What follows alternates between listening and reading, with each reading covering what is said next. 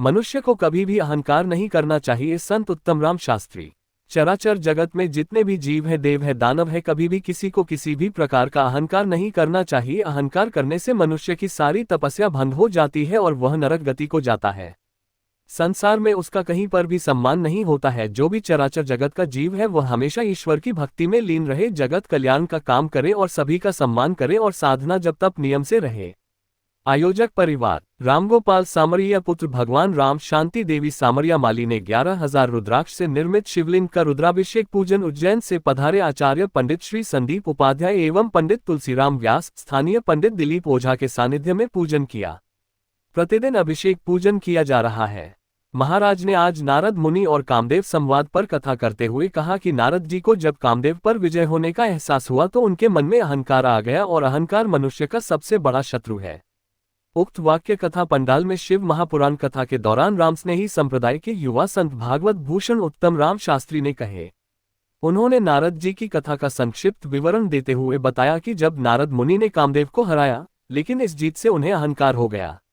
उन्होंने अपनी इस जीत का बखान भगवान शिव और ब्रह्मा के सामने किया और फिर भगवान विष्णु के पास भी गए, जिससे भगवान विष्णु ने उन्हें सबक सिखाने का फैसला किया। नारद मुनि ने कामदेव पर विजय प्राप्त की, जिससे वे बहुत प्रसन्न हुए और उनमें अहंकार आ गया। उन्होंने अपनी इस जीत का बखान भगवान शिव को सुनाया, जिन्होंने उन्हें ये बात भगवान विष्णु को न बताने की सलाह दी। लेकिन नारद मुनि नहीं माने और वे भगवान विष्णु के पास भी गए और अपनी जीत का बखान किया।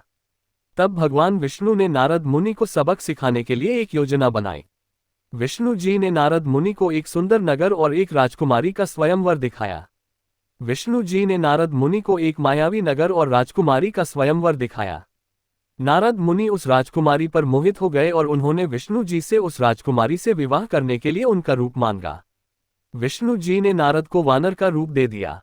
नारद मुनि, जो पहले कामदेव को हराने के अहंकार में चूर थे, अब वानर रूप में राजकुमारी के स्वयंवर में पहुंच गए, जहां उनका बहुत अपमान हुआ। इस घटना से नारद मुनि को अपनी गलती का एहसास हुआ और उन्हें अपने अहंकार पर बहुत पछतावा हुआ। कथा के दौरान महाराज श्री ने भगवान भोलेनाथ की पूजा करने का सरल उपाय बताए। उन्होंने कहा कि श्रावण मास के अंदर जो भोलेनाथ की पूजा अर्चना करते हैं वे सभी दुखों से मुक्ति पाए जाते हैं। उन्होंने बताया पंचामृत से, दूर्वा से, तुलसी से, सफेद आंकड़ा, धतूरा और पुष्प से, एक जल लोटे से, बिल्व पत्र से और भक्ति भाव से जो भोले की पूजा करते हैं उसके रोग दोष कष्ट क्लेश दरिद्र मिट जाते हैं। भगवान भोलेनाथ पर चंपा और केतकी का पुष्प कभी ना चढ़ाएं। महाराज दक्ष ने भगवान से प्रार्थना की कि उनके घर में पुत्री का जन्म हो, संसार में पुत्र और पुत्री में किसी भी प्रकार का भेद न रखे, क्योंकि वह भगवान के द्वारा दी गई अनुपम भेंट है जिसकी कोई कीमत नहीं होती। वही ईश्वर का दिया हुआ वरदान है, इसे मस्तक से लगाकर स्वीकार करना चाहिए। आज कथा के दौरान महाराज ने दक्ष और माता सती की कथा पर प्रकाश डाला। आयोजक परिवार। रामगोपाल सामरिया पुत्र भगवान राम शांति देवी सामरिया माली। आरती के बाद प्रसाद वितरित किया गया।